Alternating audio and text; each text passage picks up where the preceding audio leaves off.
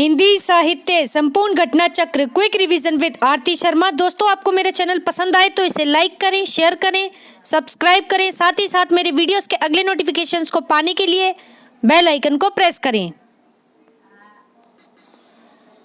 दोस्तों, आज हम करेंगे घटना चक्र का पार्ट 168 यानी 168। तो चलिए देखते हैं अपना अगला विषय, हिंदी की उपभाषाएं। ध्यान देंगे दोस्तों हिंदी की उपभाषाओं पर, ठीक है, गौर करें। सबसे पहले ये समझ लें कि पहले होती है भाषा, ठीक है, भाषा, इसके बाद उपभाषाएं, ठीक है, उपभाषाएं, फिर होती है दोस्तों बोली, ठीक, बोली। तो ध्यान रखेंगे दोस्तों। देखते हैं प्रश्न, हिंदी की उपभाषाओं के संबंध में प्रश्न, ठीक है, ध्यान दे दोस्तों। प्रश्न है दोस्तों, हिंदी की कितनी उपभाषाएं हैं? तो हिंदी की कितनी उपभाषाएं हैं ये पूछा जा रहा है। Option D 5। कितनी? 5 उपभाषाएं हैं हिंदी की, ठीक है, ध्यान रखेंगे। देखते हैं दोस्तों व्याख्या, गौर करें। हिंदी की 5 उपभाषाएं हैं। कितनी उपभाषाएं? हिंदी की 5 उपभाषाएं हैं जिनकी बोलियां इस प्रकार हैं। तो दोस्तों, आपके सामने स्क्रीन पर एक साइड में उपभाषा दी गई है और एक तरफ दी गई है बोलियां, ठीक है। तो देखते हैं, सबसे पहले गौर करेंगे दोस्तों यहाँ पर पश्चिमी हिंदी, ठीक है, फिर है राजस्थानी हिंदी, फिर है पूर्वी हिंदी, फिर है बिहारी हिंदी और फिर है पहाड़ी हिंदी। तो मैंने आपको पिछली वीडियोस में बताया था कि पश्चिमी हिंदी, ठीक है, पश्चिमी हिंदी, राजस्थानी हिंदी और पहाड़ी हिंदी ये किसके रूप हैं? तो ये सौरसेनी अपभ्रंश के रूप हैं, ठीक है, ध्यान रखेंगे दोस्तों। और इसके अलावा जो पूर्वी हिंदी है वो किस अपभ्रंश का रूप है? तो अर्धमागधी अपभ्रंश का रूप है, ठीक है। और बिहारी हिंदी किसका रूप है? तो दोस्तों ये रूप है किसका? मागधी अपभ्रंश का, मागधी अपभ्रंश, ध्यान रखेंगे दोस्तों। इसके अलावा एक और अपभ्रंश है ब्राचड़, जिसके अंतर्गत सिंधी बोली आती है, और एक है पैसाची, जिसके अंतर्गत लहंदा और पंजाबी बोली आती है, ठीक है। तो दोस्तों हम फिर से देखेंगे इस व्याख्या को, गौर करेंगे स्क्रीन पर, ध्यान दे दोस्तों, इम्पॉर्टेंट बात है। तो पश्चिमी हिंदी के अंतर्गत बोली आती है कौन कौन सी? सबसे पहले खड़ी बोली जिसे हम कौरवी के नाम से भी जानते हैं, कौरवी, ठीक है, ध्यान से समझें। फिर है हरियाणवी जिसे हम बांगरू के नाम से जानते हैं, बांगरू, ठीक है। फिर है दक्षिणी, ठीक, अभी तक हमने दक्षिणी के बारे में कहीं भी नहीं पढ़ा था, तो आप ध्यान रख लें कि अगर दक्षिणी कहीं से भी आपसे पूछी जा रही है कि दक्षिणी किस अपभ्रंश के किस रूप की उपभाषा के अंतर्गत आती है, तो आप बताएंगे पश्चिमी हिंदी के अंतर्गत आती है दक्षिणी बोली, ठीक है, ध्यान रखें। दक्षिणी का संबंध है दक्षिण से, ठीक है, दक्षिण, तो जो दक्षिण में बोलियां हैं उनको दक्षिणी कहेंगे, ठीक। फिर है दोस्तों ब्रजभाषा, क्या? ब्रजभाषा। फिर है बुंदेली, जो कि बुंदेलखंड में बोली जाती है, ब्रजभाषा बोली जाती है वृंदावन, मथुरा, अलीगढ़, आगरा, इस वाले क्षेत्र में, ब्रज क्षेत्र में, ठीक है। फिर है कन्नौजी, ठीक है, जो कि कन्नौज के आसपास के क्षेत्रों में बोली जाती है। तो दोस्तों पश्चिमी हिंदी के अंतर्गत आती हैं खड़ी बोली, हरियाणवी, दक्षिणी, ब्रजभाषा, बुंदेली, कन्नौजी। तो दोस्तों पश्चिमी हिंदी के अंतर्गत अभी तक हम 5 बोली पढ़ रहे थे, अब हमने एक बोली और पढ़ी, कौन सी? दक्षिणी। तो 6 बोली हो गई पश्चिमी हिंदी के अंतर्गत, ठीक है, ध्यान रखेंगे, इंपॉर्टेंट बात है। इसके बाद है दोस्तों राजस्थानी हिंदी, कौन सी? राजस्थानी हिंदी, इसके अंतर्गत आती है दोस्तों, अभी तक हमने पढ़ी थी 3, कौन कौन सी? मारवाड़ी, मेवाती, मालवी, ठीक है, मारवाड़ी, मेवाती, मालवी, ठीक है, ये 3 हमने पढ़ी थी दोस्तों। लेकिन इसके अलावा एक और है राजस्थानी हिंदी में, वो है जयपुरी, ठीक है, ध्यान रखेंगे, जयपुरी। फिर है दोस्तों पूर्वी हिंदी, पूर्वी हिंदी आती है अर्धमागधी अपभ्रंश के अंतर्गत, जिसमें 3 बोलियां हैं। कौन कौन सी? अवधी, बघेली, छत्तीसगढ़ी। अवधी, बघेली, छत्तीसगढ़ी। ठीक है, ध्यान रखेंगे दोस्तों, इंपॉर्टेंट है। इसके बाद है बिहारी हिंदी। बिहारी हिंदी जो कि आती है मागधी अपभ्रंश के अंतर्गत। किसके अंतर्गत? मागधी अपभ्रंश के अंतर्गत। तो इसमें 3 बोलियां हैं, ध्यान दें। कौन कौन सी? भोजपुरी, मगही और मैथिली। भोजपुरी, मगही, मैथिली। ठीक है, ये सभी मागधी अपभ्रंश की उपभाषा बिहारी हिंदी के अंतर्गत आने वाली बोलियां हैं। ठीक है, फिर है दोस्तों पहाड़ी हिंदी। पहाड़ी हिंदी जिसे हम खस के नाम से भी जानते हैं। पहाड़ी हिंदी को हम खस के नाम से भी जानते हैं। ठीक है, कश्मीरी हिंदी भी कह देते हैं कभी कभी। ठीक, तो ध्यान रखेंगे दोस्तों, पहाड़ी हिंदी के अंतर्गत आती हैं 3 बोलियां। कौन कौन सी? ध्यान से समझें। कुमाऊनी, गढ़वाली और एक और है जिसे कहते हैं नेपाली। ठीक है, तो 3 उपबोली हैं। किसमें? 3 उपबोली हैं दोस्तों पहाड़ी हिंदी में। एक हो गई कुमाऊनी, एक गढ़वाली, एक नेपाली। ठीक है, तो ध्यान रखेंगे, हिंदी की टोटल उपभाषाएं, आपसे उपभाषाएं पूछी जाएंगी तो आप बताएंगे कितनी हैं? 5 हैं। कौन कौन सी? पश्चिमी हिंदी, राजस्थानी हिंदी, पूर्वी हिंदी, बिहारी हिंदी, पहाड़ी हिंदी। ठीक है, वहीं इनके अंतर्गत अगर बोली पूछी जाए तो आप ये सभी बोली बताएंगे। ठीक है, तो ध्यान रखिए दोस्तों, आपको टोटल अपभ्रंश भी पता होनी चाहिए। ठीक है, अपभ्रंश के टोटल रूप पता होने चाहिए। ठीक, इसके बाद उनकी उपभाषाएं पता होनी चाहिए। उसके बाद उनकी बोलियां पता होनी चाहिए। थोड़ा सा ये टफ लग सकता है, आपकी समझ से बाहर भी हो रहा होगा, हो सकता है ना भी समझ में आ रहा हो, तो वीडियो रिपीट करके देख लें। समझ ना आए तो स्क्रीनशॉट ले लें। स्क्रीनशॉट लेने के बाद एक टेबल बनाएं, खुद से बनाएं, 2-3 बार बनाएं दोस्तों, चीज़ें आपके दिमाग में सेट हो जाएंगी। ठीक है, ध्यान रखें, यहाँ पर इम्पॉसिबल कुछ भी नहीं है। इम्पॉसिबल कुछ भी नहीं है, बस आपके अंदर करने की इच्छा होनी चाहिए किसी भी काम को। ठीक है, तो ध्यान रखें दोस्तों। अगला प्रश्न है हमारा, ध्यान देंगे। मेवाती। मेवाती किस उपभाषा वर्ग की बोली है? तो उपभाषा वर्ग पूछा जा रहा है मेवाती का, तो ऑप्शन बी इसका सही उत्तर है, राजस्थानी हिंदी। राजस्थानी हिंदी मेवाती उपभाषा, मेवाती राजस्थानी हिंदी उपभाषा वर्ग की बोली है मेवाती। ठीक है, ऐसे ही है ये लाइन, तो ध्यान रखिए दोस्तों। देखते हैं व्याख्या, गौर करेंगे दोस्तों। मेवाती, मेवाती राजस्थानी उपभाषा वर्ग की बोली है। किसकी? राजस्थानी उपभाषा वर्ग की बोली है। ठीक, अभी हमने प्रश्न में भी पढ़ा। फिर है, मेवाती को उत्तरी राजस्थानी कहा जाता है। क्या कहा जाता है? उत्तरी राजस्थानी। राजस्थानी उपभाषा के अंतर्गत पश्चिमी राजस्थानी, पश्चिमी राजस्थानी में मारवाड़ी, देखो यहाँ पर स्क्रीन पर देखो। ठीक है, उत्तरी में क्या आ गई? मेवाती, ये हो गया हमारा उत्तर का क्षेत्र यानी ऊपरी भाग राजस्थान का। फिर आ गई पश्चिमी राजस्थानी जिसमें आ गई मारवाड़ी। ठीक है, मारवाड़ी इस एरिया में पश्चिमी साइड में। फिर है पूर्वी राजस्थानी जिसमें आ गई दोस्तों जयपुरी। कौन सी? जयपुरी। ठीक है, इसके बाद आ गई दोस्तों मेवाती जो कि कहाँ की है? दक्षिणी राजस्थानी है, सॉरी मालवी। फिर है मालवी। ठीक है, मालवी ये कहाँ की है? दक्षिणी राजस्थानी। ठीक, तो मैप को आप इन 4 दिशाओं में बना करके देखें तो उत्तर भाग में हो गई राजस्थान के मेवाती, पश्चिम में हो गई मारवाड़ी, पूर्व में हो गई जयपुरी और दक्षिण में हो गई मालवी। ठीक है, तो ध्यान रखेंगे, इंपॉर्टेंट बात है दोस्तों। इसके बाद है दोस्तों उत्तरी राजस्थानी में। उत्तरी राजस्थानी में ध्यान से समझें, उत्तरी राजस्थानी में इसका क्षेत्र अब कहाँ कहाँ तक फैला है वो देखें। अलवर, भरतपुर और उसके आसपास के क्षेत्र हैं। तो अलवर राजस्थान में है, भरतपुर भी राजस्थान में है, और ये क्या है? और इसके जो कुछ आसपास के क्षेत्र हैं ये सभी क्षेत्र उत्तरी राजस्थान के अंतर्गत आते हैं, ध्यान रखेंगे। इसके बाद है दोस्तों मेव जाति।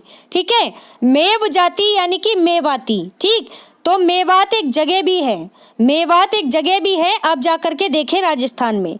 तो मेव जाति के इलाके मेवात के नाम पर, इस मेव जाति का एक इलाका है मेवात, ठीक है। पहले इस बात को समझें, जिसके नाम पर मेवाती बोली का नाम पड़ा, जिसके नाम पर मेवाती बोली का नाम पड़ा, और ये कहाँ की है, ये दक्षिणी राजस्थानी की बोली है। कौन सी, मेवाती, ठीक है। दक्षिणी मेवाती हो गई आपकी उत्तरी राजस्थानी, ठीक है, उत्तरी राजस्थानी, ध्यान रखेंगे दोस्तों। इसके बाद है अन्य महत्वपूर्ण तथ्य, अन्य महत्वपूर्ण तथ्य, ध्यान दें। पूर्वी हिंदी, पूर्वी हिंदी जैसे ही आपके सामने आए समझ जाइए, अर्धमागधी अपभ्रंश, क्या, अर्धमागधी अपभ्रंश, ठीक है। पूर्वी हिंदी के अंतर्गत अवधी, बघेली, छत्तीसगढ़ी, अवधी, बघेली, छत्तीसगढ़ी, बिहारी हिंदी के अंतर्गत, ठीक है। तो जो अभी हमने देखी पूर्वी हिंदी में आती हैं अवधी, बघेली और छत्तीसगढ़ी। इसके बाद बात करते हैं हम बिहारी हिंदी, जो कि मागधी अपभ्रंश की उपभाषा है, जिसके अंतर्गत आते हैं भोजपुरी, मैथिली और मागधी, यानी कि मगही, ठीक है, मगही, ध्यान रखें। फिर है पहाड़ी हिंदी, पहाड़ी हिंदी जो कि सौरसेनी अपभ्रंश का एक रूप है, यानी उपभाषा है, ठीक है, जिसके अंतर्गत पहाड़ी बोलियां जैसे गढ़वाली, कुमाऊनी, नेपाली आते हैं, ठीक। इनके बारे में डिटेल में मैं आपको पिछले वीडियोस में बता चुकी हूँ, दोबारा से नहीं बताऊंगी। तो जितना आ रहा है उसे आप देखते जाएं स्क्रीन पे समझ, ठीक है। गौर करें, बघेल राजपूतों के आधार पर रीवा एक जगह है जो कि मध्य प्रदेश में स्थित है। कहाँ पर, मध्य प्रदेश में स्थित एक जगह है रीवा, ठीक है। तो बघेल राजपूतों के आधार पर रीवा तथा उसके आसपास के जो क्षेत्र हैं उसे हम बघेल खंड कहते हैं, ठीक है। तो एमपी का एक क्षेत्र है रीवा और उसके आसपास के इलाके किस नाम से जाने जाते हैं, तो बघेल खंड के नाम से जाने जाते हैं, ठीक है। वहाँ पर जो लोग रहते हैं उन्हें बघेल राजपूत कहते हैं, ठीक, जिनके आधार पर ये नाम पड़ा बघेल खंड, ठीक है। और वहाँ की बोली क्या है, बघेली, बघेल खंड की बोली है बघेली, ठीक है, जो कि किसके अंतर्गत आती है दोस्तों, तो बघेली आती है, मैंने आपको बताया, पूर्वी हिंदी के अंतर्गत, ठीक है, यानी अर्धमागधी अपभ्रंश, ठीक है। फिर है दोस्तों बघेली का उद्भव। अगर हम बघेली के उद्भव की बात करें तो अर्धमागधी अपभ्रंश के ही एक क्षेत्रीय रूप से इसका उद्भव हुआ है, ठीक है, किसका, बघेली का, ठीक। इसके क्षेत्र, अब क्षेत्र देखो कौन कौन सा है बघेली का, तो गौर करेंगे दोस्तों। सबसे पहले रीवा कहाँ है, मध्य प्रदेश में, तो मध्य प्रदेश के ही बाकी इलाके भी होंगे, ठीक है। तो ध्यान से समझें, रीवा, नागौद, शहडोल, सतना, मैहर, ठीक है। कौन कौन सी जगह, रीवा, नागौद, शहडोल, सतना, मैहर तथा आसपास के क्षेत्र हैं, ठीक है। कुछ अपवादों को छोड़कर बघेली में केवल लोक साहित्य है, ठीक है। कुछ जो अपवाद हैं अगर उन्हें छोड़ दिया जाए तो इसके अलावा हमें बघेली में जो मिलता है केवल लोक साहित्य मिलता है। क्या मिलता है, लोक साहित्य, ठीक है, ध्यान रखेंगे। लोक साहित्य स्क्रीन पर देख लें। तो दोस्तों बहुत ही इंपॉर्टेंट व्याख्या थी ये, गौर करेंगे दोस्तों। अगले प्रश्न पर ध्यान दें, अवधी किस उपभाषा वर्ग की बोली है, अवधी किस उपभाषा वर्ग की बोली है, तो दोस्तों ऑप्शन बी पूर्वी हिंदी उपभाषा वर्ग की बोली है अवधी, ठीक है, ध्यान रखेंगे। अगला प्रश्न है दोस्तों छत्तीसगढ़ी बोली हिंदी के किस उपभाषा वर्ग के अंतर्गत आती है, तो छत्तीसगढ़ी बोली दोस्तों किसके अंतर्गत आ रही है ये पूछा गया है, तो किसके अंतर्गत आएगी छत्तीसगढ़ी, जल्दी बताएं। तो पूर्वी हिंदी के अंतर्गत आएगी, ठीक है, ध्यान रखें, पूर्वी हिंदी। अगला प्रश्न है, ध्यान देंगे दोस्तों, बघेली हिंदी के किस उपभाषा वर्ग की बोली है? बघेली हिंदी के किस उपभाषा वर्ग की बोली है? तो ऑप्शन ए पूर्वी हिंदी। रिपीटेड क्वेश्चन है दोस्तों, ध्यान रखेंगे, ठीक है। अगला प्रश्न है पवारी, पवारी इनमें से किस बोली से संबंधित है? तो पवारी का संबंध किस बोली से है ये बताना है। ऑप्शन सी बुंदेली, बुंदेली से संबंध है पवारी का, ठीक है। व्याख्या देखें, बुंदेली हिंदी भाषा की एक बोली है। किसकी? हिंदी भाषा की एक बोली है, जबकि पवारी, भदावरी, राठौरी इत्यादि कौन कौन सी? पवारी, भदावरी, राठौरी ये सभी इसकी उपबोलियां हैं। किसकी? बुंदेली की, ठीक है। ध्यान रखेंगे, बुंदेली हिंदी भाषा की बोली है और जिसकी उपबोलियां हैं कौन सी? पवारी, भदावरी, राठौरी, ठीक है। ध्यान रखेंगे दोस्तों। अगला प्रश्न है, ध्यान दें, बांगरू, बांगरू किस उपभाषा वर्ग की बोली है? तो मैंने आपको बार बार बताया है, ऑप्शन ए पश्चिमी हिंदी, पश्चिमी हिंदी उपभाषा वर्ग की बोली है बांगरू, ठीक है। व्याख्या देखें दोस्तों स्क्रीन पर, क्या है? बांगरू पश्चिमी हिंदी, बांगरू पश्चिमी हिंदी उपभाषा वर्ग की बोली है, ठीक है। बांगरू को हरियाणी या हरियाणवी भी कहते हैं, हरियाणी या हरियाणवी भी कहते हैं। बांगरू का अर्थ होता है दोस्तों शुष्क उच्च भूमि, शुष्क और उच्च भूमि, ठीक है। ध्यान रखेंगे, शुष्क और उच्च भूमि। इसके बाद है, देखते हैं, बांगरू भूभाग के कारण यहाँ की बोली का नाम बांगरू पड़ा। क्या पड़ा? बांगरू, जो जमीन है वो कैसी है? बांगरू है, ठीक है। जिस वजह से यहाँ की जो बोली है उसका नाम क्या पड़ा? बांगरू, ठीक। ध्यान रखें, इसका विकास किससे हुआ है? सौरसेनी अपभ्रंश से। किससे? सौरसेनी अपभ्रंश से। करनाल, रोहतक, दिल्ली, हिसार, करनाल, रोहतक, दिल्ली, हिसार इन क्षेत्रों में क्या बोली जाती है? बांगरू बोली बोली जाती है, ठीक है। तो ध्यान रखेंगे, बांगरू यानी हरियाणी या फिर हरियाणवी, ठीक है। तो ध्यान रखें। अगला प्रश्न है, गौर करें, हरियाणवी या बांगरू बोली, हरियाणवी या बांगरू बोली किस अपभ्रंश से विकसित हुई है? तो ऑप्शन ए पश्चिमोत्तरी सौरसेनी अपभ्रंश। तो ध्यान रखें, पश्चिमोत्तरी शब्द भी गौर करें, अभी तक कहीं नहीं आया था, पहली बार आया है। अभी तक जो शब्द आ रहा था हम देख रहे थे वो था पश्चिम, तो पश्चिम हो या पश्चिमोत्तरी हो, आप ध्यान रखें, पश्चिमी सौरसेनी अपभ्रंश से हरियाणवी बांगरू बोली का विकास हुआ है, ठीक है। अगला प्रश्न है दोस्तों, ध्यान दें, क्या है? कर्ता के साथ, कर्ता ने कर्म को करण से, ये है ना जो कारक चिन्ह, ठीक है, जो कि हम हिंदी भाषा में इस्तेमाल करते हैं, ठीक। तो कर्ता के साथ ने का प्रयोग, यानी कि जो हमारा कर्ता है वाक्य में उसके साथ ने का प्रयोग ना होना, ना होना किस उपभाषा की प्रमुख विशेषता है? यानी कि ऐसी कौन सी उपभाषा है जिसमें कर्ता के साथ ने का प्रयोग नहीं होता, ठीक है। तो ऑप्शन ए पूर्वी हिंदी, पूर्वी हिंदी में कर्ता के साथ ने का प्रयोग नहीं होता, ठीक है। देखते हैं दोस्तों प्रश्न की व्याख्या, गौर करेंगे दोस्तों, ध्यान दें। हिंदी खड़ी बोली से, हिंदी खड़ी बोली जिसे हम कौरवी भी कहते हैं, ठीक है, इससे अवधि की विभिन्नता, अगर हम हिंदी खड़ी बोली को अवधि से अलग करें तो मुख्य रूप से इनमें अंतर जो हम देखते हैं वो कैसा होता है? व्याकरणात्मक, व्याकरणात्मक अंतर होता है खड़ी बोली और अवधि में, ठीक है। इसमें कर्ता कारक के, कर्ता जो है वो कारक के परसर्ग यानी विभक्ति, दोस्तों ध्यान रखें, शब्द में एक होता है उपसर्ग, एक होता है परसर्ग, ठीक है। तो उपसर्ग यानी कि जो शब्द के पहले जुड़ते हैं, परसर्ग यानी कि जो शब्द के बाद में जुड़ते हैं, ठीक है।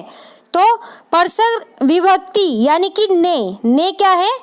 कर्ता की परसर्ग विभक्ति है, ठीक है, यानी कर्ता के बाद में जुड़ती है, इसीलिए हम इसे परसर्ग कह रहे हैं, ठीक है।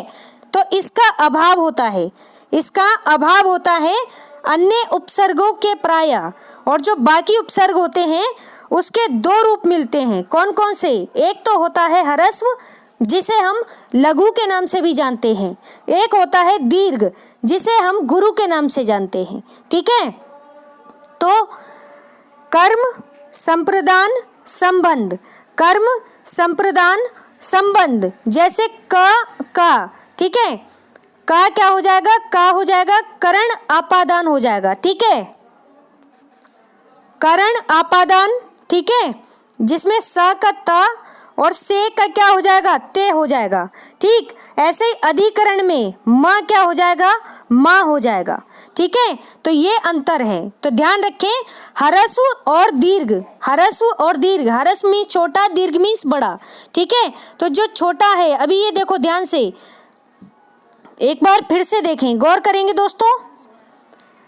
जैसे कि मान लीजिए क है, क, तो ये अभी ह्रस्व है, इसमें आ का डंडा लगने से क्या हो गया? ये दीर्घ हो गया। ठीक है, तो उपसर्ग के प्राय कितने रूप मिलते हैं? दो रूप मिलते हैं, एक ह्रस्व एक दीर्घ। ठीक है, तो यानी कि ह्रस्व यानी कि छोटा भी मिलता है वर्ण और हमें बड़ा भी मिलता है, दीर्घ भी मिलता है। ठीक है, व्यंजन वर्ण के साथ। ठीक है, व्यंजन वर्ण, ध्यान रखें। फिर ऐसे ही अगर आपादान है, करण और आपादान है, तो इसमें क्या हो जाएगा? स का ता हो जाएगा और से का ते हो जाएगा। ठीक है, ऐसे ही अधिकरण में जो माँ है वो क्या है? ह्रस्व है और माँ क्या है? दीर्घ है। ठीक है, तो ये आपके सामने क्या है? उपसर्ग के दो रूप हैं। देखते हैं अन्य महत्वपूर्ण तथ्य। गौर करेंगे दोस्तों अन्य महत्वपूर्ण तथ्यों पर, ध्यान दें। गठन की दृष्टि से हिंदी क्षेत्र की उपभाषाओं को दो वर्गों में यानी पश्चिमी और पूर्वी हिंदी में विभाजित किया जाता है। ठीक है, ध्यान रखेंगे, पश्चिमी और पूर्वी यानी कि ईस्ट और वेस्ट। ठीक है, ईस्ट और वेस्ट, ध्यान रखें। इन दो रूपों में उपभाषाओं को दो वर्गों में विभाजित किया जाता है हिंदी क्षेत्र की। ठीक है, फिर है अवधि। अवधि क्या है? पूर्वी के अंतर्गत आती है, यानी कि अवधि ईस्ट साइड में आती है। ठीक, हम बार बार पढ़ चुके हैं, इसलिए ज़्यादा इसके ऊपर बात करना बेकार है अभी। ठीक, तो पूर्वी की दूसरी उपभाषा कौन सी है? छत्तीसगढ़ी है। मैं आपको बता चुकी हूँ, पूर्वी में आती है अवधी, बघेली, छत्तीसगढ़ी। ठीक है, तीन उपभाषाएं आती हैं, ध्यान रखें। अवधी को कभी कभी हम बैसवाड़ी के नाम से भी जानते हैं, ये बात इम्पोर्टेंट है। ठीक है, अवधी को हम एक अलग नाम से भी जानते हैं, वो नाम है बैसवाड़ी। ठीक है, तो आपसे पूछा जा सकता है कि बैसवाड़ी बोली किस उपभाषा के अंतर्गत आती है। ठीक है, तो आप बताएंगे दोस्तों पूर्वी हिंदी। ठीक है, पूर्वी हिंदी की उपभाषा है बैसवाड़ी। ठीक है, ध्यान रखें। अगला बिंदु है परंतु बैसवाड़ी अवधी की एक उपबोली मात्र है। जो बैसवाड़ी हिंदी है केवल इसकी एक ही उपबोली है। कौन सी? जो कि उन्नाव यानी कि लखनऊ, रायबरेली, फतेहपुर कुछ जिले हैं जहाँ पर बताए गए हैं बैसवाड़ी बोली जाती है। वो जिले हैं दोस्तों उन्नाव, लखनऊ, रायबरेली और फतेहपुर। यहाँ पर क्या बोली जाती है? बैसवाड़ी बोली जाती है। ठीक है, ध्यान रखेंगे। अगला प्रश्न है, ध्यान दें। निम्नलिखित में से किस बोली में कर्ता कारक का विभक्ति चिन्ह प्रयुक्त नहीं होता है? तो कर्ता कारक शब्द को ध्यान में रखेंगे आप, कर्ता कारक शब्द को ध्यान में रखेंगे। इसके बाद जो विभक्ति चिन्ह जुड़ता है ने, वो नहीं जुड़ेगा। ठीक है, किसमें? तो ऑप्शन बी अवधि में। ठीक है, अवधि में नहीं जुड़ेगा कर्ता कारक का विभक्ति चिन्ह। ठीक, इंपॉर्टेंट बात है। और अवधि को हम बैसवाड़ी के नाम से भी जानते हैं। ठीक है, याद रखें। अगला प्रश्न है, ध्यान दें। निम्नलिखित में से किस बोली में ने का प्रयोग नहीं होता? तो दोस्तों ने का प्रयोग नहीं होता ऑप्शन डी अवधि बोली में यानी बैसवाड़ी बोली में। ठीक है, ध्यान रखेंगे। अगला प्रश्न है दोस्तों, ध्यान दें। निम्नलिखित में से किस बोली में उत्तम पुरुष बहुवचन, उत्तम पुरुष, ध्यान रखें, उत्तम पुरुष में जो बहुवचन होता है वो यानी कि हम का प्रयोग उत्तम पुरुष एक वचन यानी कि मैं के अर्थ में होता है। यानी कि सिंपल सी बात है, इसका अर्थ ये है कि आपने कहीं कहीं देखा होगा, कुछ लोग होते हैं जैसे कि वो मैं को यानी कि जब अपने आप का संबोधन करते हैं तो मैं की जगह वो खुद को हम बोलते हैं। कि जैसे कि हम तो कल सुबह गांव जा रहे हैं, ठीक है, आप हमारे साथ चलिए, यानी कि वो खुद के साथ मैं की जगह किसका संबोधन करते हैं, हम का संबोधन करते हैं। ठीक है, हम हमारा ऐसे बोलते हैं अपने लिए, जबकि वो खुद क्या है, एक वचन है। ठीक है, एक वचन होते हुए भी वह खुद को बहुवचन के रूप में संबोधित करते हैं। तो ये बात इंपॉर्टेंट है। तो ये किस बोली में करते हैं? ऑप्शन बी, अवधि में। ठीक है, अवधि बोली में करते हैं, ध्यान रखें। अवधि को हम बैसवाड़ी के नाम से भी जानते हैं। ठीक, तो अवधि में उत्तम पुरुष, व्याख्या देखें, उत्तम पुरुष बहुवचन यानी हम का प्रयोग उत्तर पुरुष एक वचन मैं के अर्थ में किया जाता है, मैं के अर्थ में प्रयुक्त किया जाता है। ठीक है, ध्यान रखें।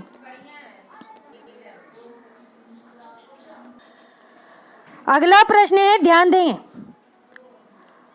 गयल, यहाँ पर कुछ शब्द दिए गए हैं, ध्यान से सुने। ये भाषा में प्रयुक्त किए जाते हैं। ठीक है, किस भाषा के शब्द हैं ये बताएंगे हम। तो गयल शब्द है, गयल, भयल आदि, गयल, भयल आदि। ठीक है, ध्यान रखें, गयल, भयल आदि किस बोली की किस तरह की क्रियाएं हैं? तो किस बोली की किस तरह की क्रियाएं हैं? ऑप्शन ए, भोजपुरी और भूतकालिक, भोजपुरी और भूतकालिक। ठीक है, क्रियाएं हैं, ध्यान रखें। यानी कि देखो, गयल, गयल मीन्स यानी कि चले गए। ये क्या कह रहे हैं? भूतकालिक यानी कि पास्ट में बात हो रही है। भूतकालिक से अभिप्राय पास्ट यानी कि जो काम हो चुका है। तो गयल मीन्स जा चुका है। ठीक है, फिर भयल यानी कि हो चुका है। ठीक है, वो काम हो गया है यानी पास्ट, बीत गया वो। तो भूतकालिक से अभिप्राय ये है। तो गयल, भयल आदि किस बोली की किस तरह की क्रियाएं हैं? क्रियाएं पूछी गई हैं, तो कैसी हो गई? ये हो गई दोस्तों, पहली बात बोली। बोली कौन सी है? ये भोजपुरी, भोजपुरी बोली के शब्द हैं ये गयल और भयल। ठीक, इसके अंतर्गत ये कौन सी क्रियाएं हैं? तो दोस्तों भूतकालिक क्रियाएं हैं। कौन सी? भूतकालिक क्रियाएं। ठीक है, ध्यान रखेंगे दोस्तों, बहुत ही इंपॉर्टेंट बात है। तो हिंदी भाषा की उपभाषाएं हमने देख ली। अगला विषय हम करेंगे हिंदी की ध्वनियाँ। ठीक है दोस्तों, तो दोस्तों हमारा आज का ये वीडियो यहीं समाप्त होता है। Thanks for watching. अगर आपको मेरे वीडियोस पसंद आ रहे हैं तो इन्हें लाइक करें, शेयर करें, मेरे चैनल को सब्सक्राइब करें। साथ ही साथ मेरे वीडियोस के अगले नोटिफिकेशंस को पाने के लिए बेल आइकन को प्रेस करें। धन्यवाद दोस्तों।